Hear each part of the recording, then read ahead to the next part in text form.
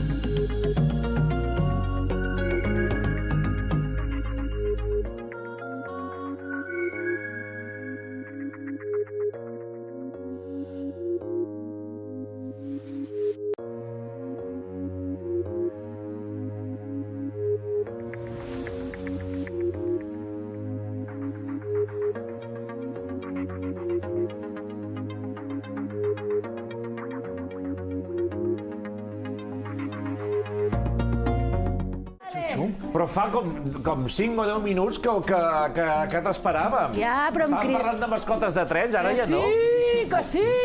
Que ja arribo, que ja estic aquí! Ja està, ja no tenim guió. Fa moltíssima estona que